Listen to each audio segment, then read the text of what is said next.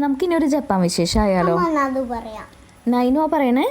Okay, നമ്മൾ എന്താ ചെയ്ത് എങ്ങടെ പോണേന്ന് പറയും ആദ്യം?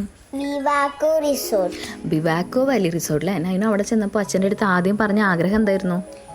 സ്നോഫോളില് കളിക്കണം എന്നല്ലേ. അപ്പോൾ ആദ്യം തന്നെ നമ്മൾ പോയത് ബിവാക്കോ വാലി റിസോർട്ടിൽ. ഇവിടെ റിസോർട്ടിലേക്ക് എത്തുന്നതിന് മുൻപുള്ള ഒരു യാത്ര തന്നെ വളരെ അത്ഭുതകരമാണ് കേട്ടോ.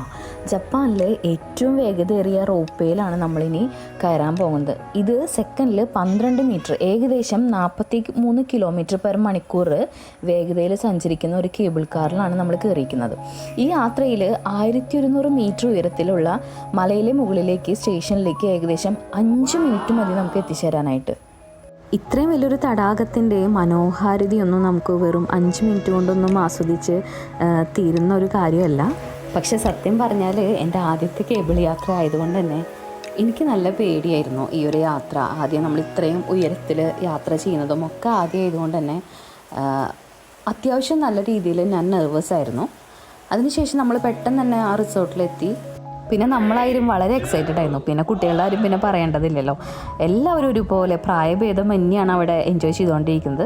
പിന്നെ നമുക്ക് എവിടെ പോയാലും കുറച്ച് ഫോട്ടോസും വീഡിയോസൊക്കെ എടുക്കണമല്ലോ. അപ്പോൾ അങ്ങനെയുള്ള കുറച്ച് കാര്യങ്ങളും നടന്നു.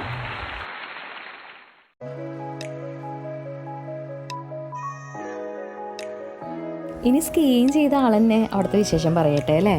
എങ്ങനെയുണ്ടായിരുന്നു നൈനു സ്കീയിങ്? എല്ലാം സൂപ്പറായിരുന്നു, നന്നായി ചെയ്തു. കുറച്ചു നേരം ഇങ്ങനെ ബുദ്ധിമുട്ടുണ്ടായിരുന്നു, പക്ഷെ കുറെ നേരം ചെയ്ത് കഴിഞ്ഞപ്പോ പ്രാക്ടീസായി, നന്നായിട്ട് ചെയ്തു. അച്ഛനും ചെയ്തു, അച്ഛൻ്റെ ഫ്രണ്ട്സും ചെയ്തു നന്നായിട്ട്.